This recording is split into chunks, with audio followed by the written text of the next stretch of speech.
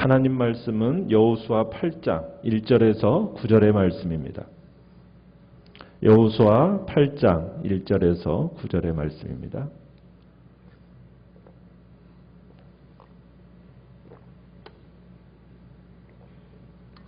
여호수아 8장 1절입니다. 여호와께서 여호수아에게 이르시되 두려워하지 말라 놀라지 말라 군사를 다 거느리고 일어나 아이로 올라가라. 보라 내가 아이 왕과 그의 백성과 그의 성읍과 그의 땅을 다 내 손에 넘겨 주었으니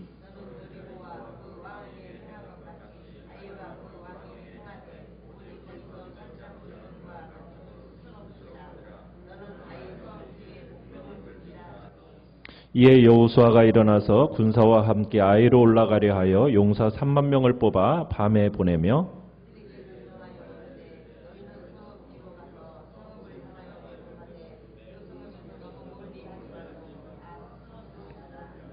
나와 나를 따르는 모든 백성은 다 성읍으로 가까이 가리니 그들이 처음과 같이 우리에게로 쳐 올라올 것이라. 그리할 때 우리가 그들 앞에서 도망하면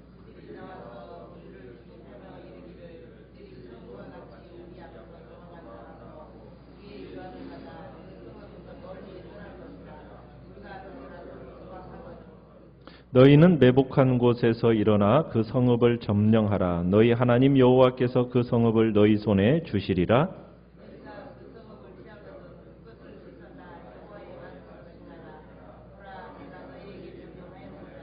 같이 읽습니다. 그들을 보내매 그들이 매복할 곳으로 가서 아이 서쪽 베델과 아이 사이에 매복하였고 여호수아는 그 밤에 백성 가운데에서 잤더라. 아멘. 오늘 말씀의 제목은 다시 일어서게 하시는 하나님이라는 제목으로 말씀을 나눕니다. 여리고 승리를 한 이후에 이 여호수아와 이스라엘 백성들이 아이성의 패배를 경험하게 되죠. 그것이 여호수아에게는 큰 충격이었습니다. 그래서 아이성 패배의 원인을 이제 모두 제거한 후에 다시 이제 아이성 전투에 참여하게 되는데 그 참여함에 있어서 여호수아의 마음에 두려움이 있었을 것입니다. 그러나 하나님은 이스라엘 백성들의 그 실패를 좌절의 끝으로 몰아가지 아니하시고 그들을 그 끝까지 가도록 그대로 두지 않으셨습니다. 우리의 인생 속에서 넘어질 수도 있어요. 몸과 마음이 때로는 상처와 멍투성이가 될 수도 있습니다. 그러나 하나님은 넘어져 있는 그 순간에도 우리의 손을 붙들고 계십니다. 오늘 말씀은 이스라엘 백성이 그 실패를 딛고 이제 어떻게 하나님 앞에서 다시 일어서는지 볼 수 있는 장면입니다. 실패를 경험한 여호수아, 그 여호수아에게 하나님은 1절에 보면 5가지의 동사를 통해서 명령하고 계십니다. 1절에 이렇게 시작하죠. 두려워하지 말라. 놀라지 말라. 그 다음에 거느리고 일어나 올라가라. 하나님께서 어떻게 보면 아간의 일로 인해서 충격을 받았고 이로 인해서 어찌할 바를 모르는 여호수아에게 1장에서 여호수아에게 말씀해 주셨던 두려워하지 마라. 겁내지 마라. 담대하라고 말씀하셨던 그 말씀을 다시 한번 여호수아에게 하시면서 위로하시는 장면입니다. 어떻게 보면 기가 막힌 참패를 당하고 참 엎드러져 있는 이스라엘 백성에게 주시는 이 하나님의 말씀, 정말 그들에게 두려워하지 말라, 겁내지 말라, 놀라지 마라. 정말 하나님께서 다시 한번 위로하면서 다시 힘을 낼 것을 지금 참 말씀하시고 명령하시는 내용입니다. 그리고는 일어나 올라가라. 그곳이 어디입니까? 아이성이죠. 어떻게 보면 실패했던 바로 그 자리입니다. 그 자리로 다시 올라가라는 거예요. 아이성을 처음 공격할 때 여호수아와 이스라엘 백성들은 정말 아이성을 간단하게 생각했었어요. 그래서 작은 군대를 보내고 자기들은 후방에서 그저 쉬었어요. 근데 이번에는 달라요. 여호수아와 그 백성들이 이제는 모두 다 이제 전쟁터에 나섭니다. 어떻게 보면 전쟁에 임하는 각오가 새롭다라고 할 수가 있겠죠. 애초부터 아이성 이 정복전쟁은 뭐 그렇게 이스라엘에 문제가 될 만한 그런 일이 아니었어요. 여호와 하나님께서 그들 편에 서서 싸우고 계셨고, 또 이미 하나님께서 이스라엘 백성들의 가나안 땅은 이미 하나님께서 소유하게 될 거라고 보장해 주셨기 때문에 뭐 이건 문제가 될 일이 아니었습니다. 이렇게 된 이유는 뭡니까? 아간의 죄와 어떻게 보면 여호수아와 이스라엘 백성들의 방심입니다. 이것이 동시에 작용을 한 거예요. 자, 그런데 이제 이 문제가 해결이 되어지니까 여호수아와 백성들은 이제 신중한 자세로 전쟁에 임하게 됩니다. 어떻게 보면은 그들의 얼굴에는 비장함과 그러면서도 긴장감, 아마 그것이 그 얼굴에 서려 있었을 겁니다. 여호수아에게 하나님의 말씀이 임한 거예요. 두려워하지 말아라. 겁내지 말고 놀라지 말고 다시 한번 담대하게 이제 나아갈 것을 명령을 하십니다. 그러면서 이 말씀은 어떻게 보면 하나님이 이스라엘 백성들을 향하여 진노하시는 것이 어떻게 되었다는 걸 확인해 줍니까? 이제 끝났다. 그죠?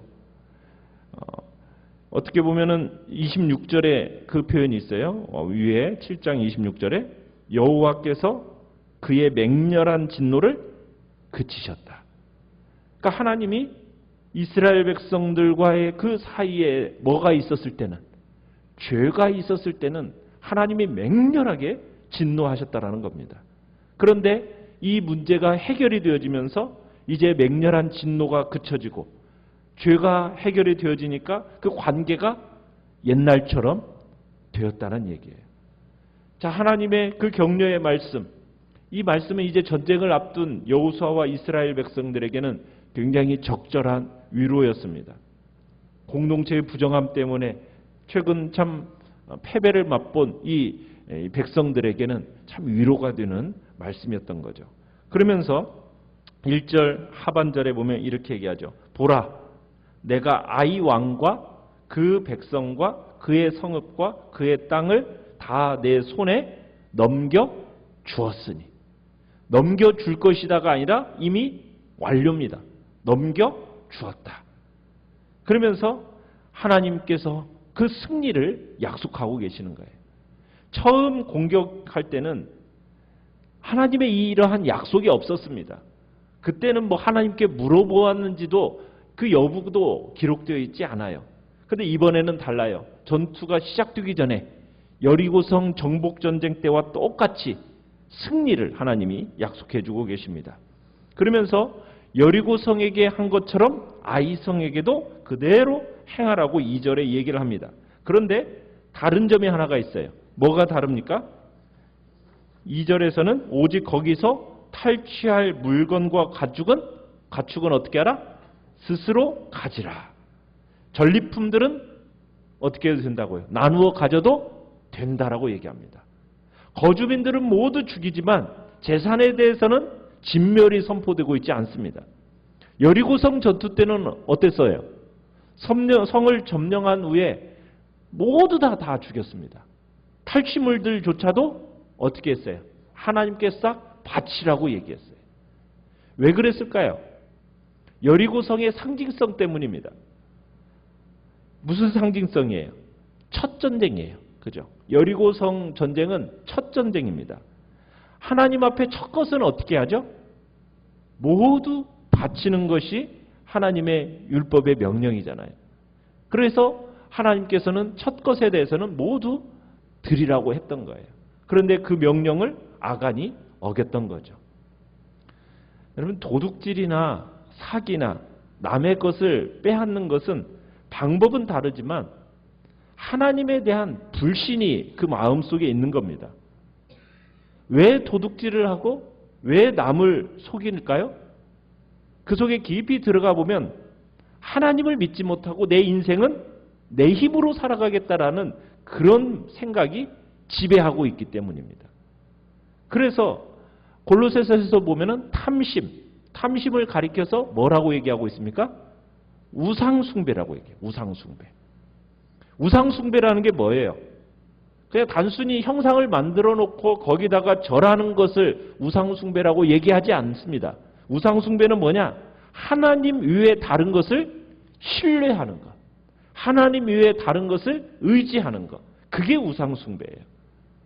그러니까 하나님이 주시는 것으로 먹고 살겠다. 여러분, 그렇게 마음을 먹고 하나님을 신뢰하고 하나님을 의지하는 그 삶이 우리 믿는 자들의 삶인데, 내가 내 힘으로 살아가겠다. 거기에 벌써 우상 숭배가 들어가는 겁니다. 가나안 땅에 들어가서 정말 먹고 살 거 하나님이 충분히 준비해 주실 줄을 믿었다면 아간이 그렇게까지 탐욕을 부리면서 그렇게 도둑질할 필요가 있었겠습니까?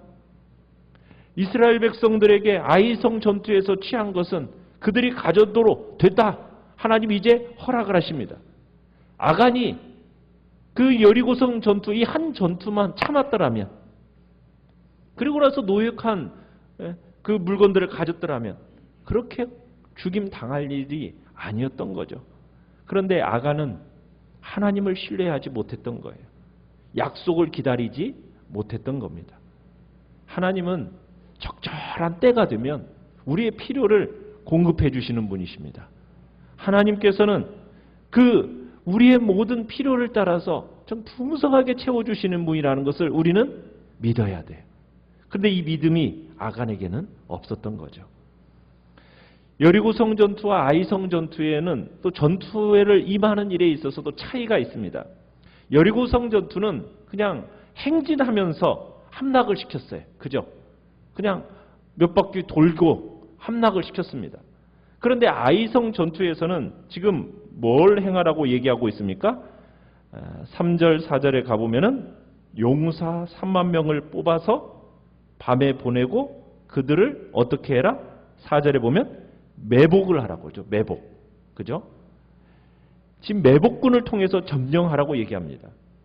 여리고성 전투 때는 백주대낮에 막 나팔 불고 시위하고 소리 질렀어요. 그런데 아이성 전투에서는 야간에, 밤중에 매복하는 작전을 쓰고 있습니다.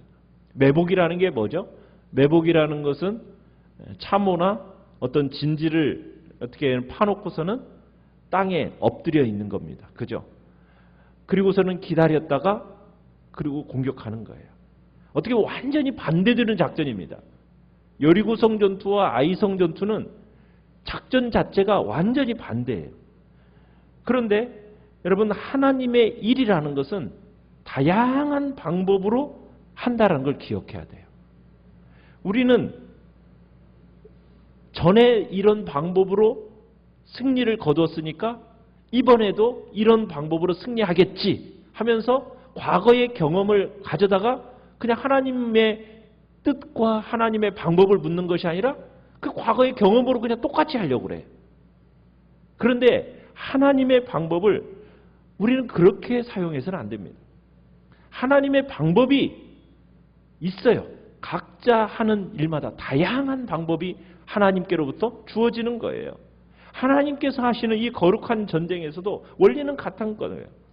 정말 이스라엘 군을 중심으로 해서 전쟁이 진행이 되는데 하나님의 은총이라는 것은 항상 동일한 방식으로 오는 게 아니라는 거예요.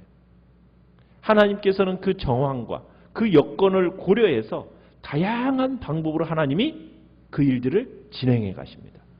그래서 우리는 매번 매순간 하나님 앞에 엎드려서 그분의 뜻을 구하고 그분이 우리에게 원하시는 바가 무엇인가, 그 방법과 그 때와 하나님의 뜻을 구하며 살아가는 것이 우리가 하나님 앞에서, 주님 앞에서 행해야 할 모습인 거예요.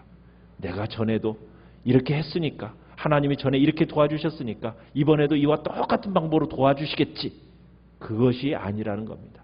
매 순간 하나님 앞에 엎드려서 그분의 뜻과 그분의 방법을 구하는 것이 우리의 지혜라는 거죠. 하나님으로부터 승리를 보장받은 여호수아, 백성들을 모아서 작전을 지시합니다. 먼저 3만 명을 뽑아서 성 뒤쪽에 잠복을 시켰어요. 그리고 온 군대를 이끌고 아이성 정면으로 가서 싸움을 걸라는 거예요. 어느 정도 분위기가 이르면 후퇴하는 척 하라는 거죠. 아이성 사람들을 밖으로 유인하는 겁니다. 그리고 그들이 성을 나와서 여호수아를 뒤쫓으면 어떻게 합니까? 매복했던 사람들이 이제 뛰어나와서 그 성을 취하고 불태우는 방법. 그런 방법으로 하나님이 아이성을 공격할 것을 구체적으로 가르쳐 주십니다. 그러니까 여호수아의 계략은 어떻게 보면 아이성 사람들의 그 방심을 이용하는 거죠. 이미 이스라엘 상대로 해서 한번 이겨봤잖아요. 승리를 거둬본 이 아이성 사람들이 이스라엘이 싸우다가 도망하면 이전에 있었던 것처럼 우리가 또 이기는구나 하면서 아마 그들을 쫓을 거라는 거예요. 이런 점을 역이용하도록, 참 하나님께서 그렇게 역이용하도록 그들을 공격하는 그 전략을 하나님이 가르쳐 주시는 거죠. 그래서 여호수아의 지시에 따라서 이스라엘 백성들은 아이와 베델 사이에 매복을 하게 됩니다. 하나님은 이스라엘이 아이 군사에게 패하여서 도주했던 그 실패한 그 경험이 두 번째 싸움에서는 오히려 승리의 발판이 되도록 도우십니다. 그러니까 우리의 삶에 있어서 실패라는 것이 사실 실패가 아닙니다. 결국 우리가 하나님이 우리로 하여금 엎드리게 하는 시간이 바로 실패의 시간이에요. 그 시간이 하나님이 어떤 분이신지를 알고 내가 살아가야 할 삶의 본분이 무엇인지를 알고 어떻게 보면 엎드려서 겸손히 기다리는 시간. 그 시간이 바로 우리의 삶에 있어서 실패의 시간인 겁니다. 우리 자신이 얼마나 티끌 같은 존재인지 주님 앞에서 겸손하기를 원하시고 그리고는 주님 앞에서 정말 어두운 밤과 같은 매복의 시간처럼 소망의 아침, 약속의 시간을 기다리면서 잠시 엎드려 있을 때 그 결과가 달라지게 되는 거죠. 우리의 인생에 있어서도 때로 정말 칠흑 같은 어두움의 문제가 발생할 때가 있습니다. 부딪힐 때가 있어요. 실패할 때가 있어요. 그 시간은 뭐 하는 시간입니까? 잠시 동안 하나님이 매복하게 하는 시간이에요. 엎드려 있으라는 시간이에요. 그 시간 잘 견뎌내면 주님께서 참으로 승리를 약속하고 계시는 겁니다. 승리의 소망과 그 아침을 우리에게 가져다 주시는 거죠. 그날을 우리는 기대하고 우리는 믿음으로 주님의 뜻을 구하면서 조용히 엎드려 주님의 뜻을 구하는 자리에 서는 것이 우리가 이 땅을 살아가는 하나님 앞에서의 방법인 겁니다. 실패 앞에 두려워하지 말라. 주님을 의지하며 담대히 나아가라는 또 주의 음성을 오늘도 우리들이 들으면서 오늘도 믿음으로 승리의 자리에 있기를 간절히 축원합니다. 오늘입니다.